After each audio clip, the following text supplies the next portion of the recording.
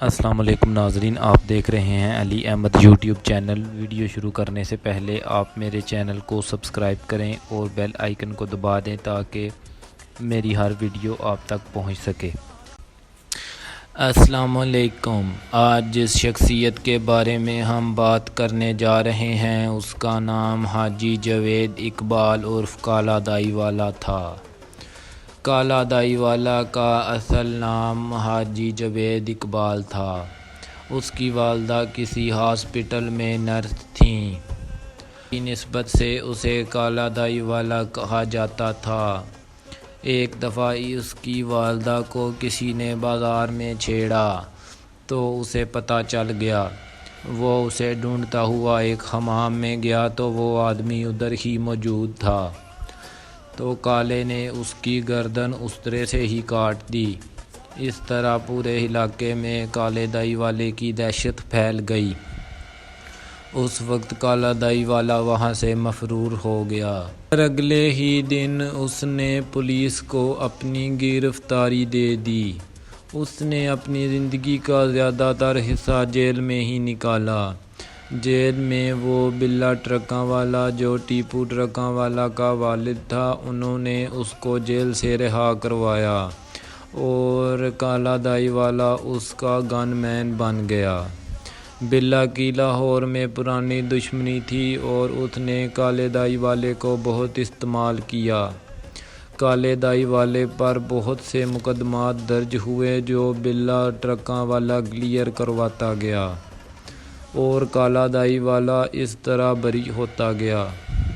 شاید ہی کوئی ایسا شہر ہو جس میں کالا دائی والا کے خلاف پرچہ نہ درج ہوا ہو۔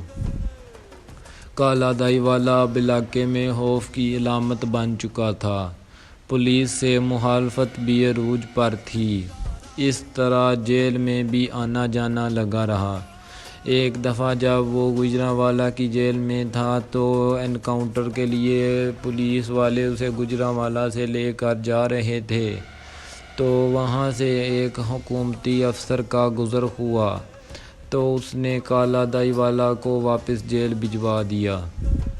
ایک دفعہ اس نے مولا عباس علیہ السلام کے علم کو دیکھ کر منت مانگی کہ اگر میں رہا ہو گیا تو مجلس کرواتا رہوں گا، اور بعد میں منت پوری بھی کی۔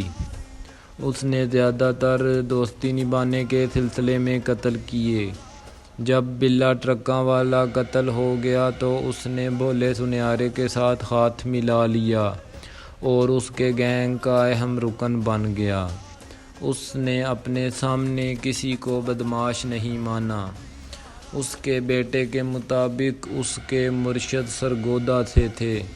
انہوں نے اس کو دعا دی تھی کہ تم گولی سے نہیں مرو گے۔ کالا دائی والا اپنے مخالفین سے کبھی نہیں ہاتھ ملاتا تھا اور نہ ہی ان سے راضی نامہ کرتا تھا۔ گوال منڈی میں ایک مشہور آدمی کے منہ پر کسی نے تھپڑ مارا تو اس آدمی نے تھپڑ مارنے والے کو قتل کروا دیا۔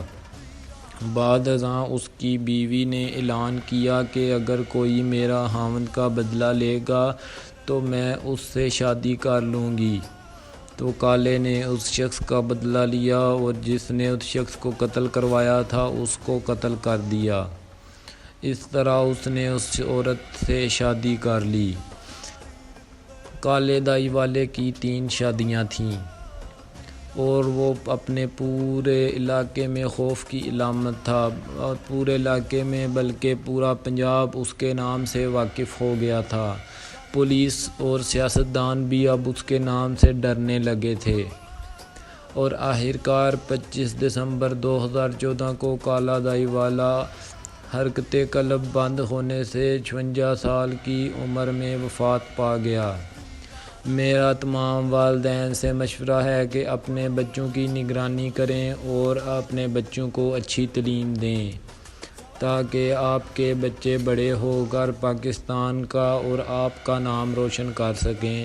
شکریہ۔ اسی کے ساتھ علی احمد آپ سے اجازت چاہتا ہے۔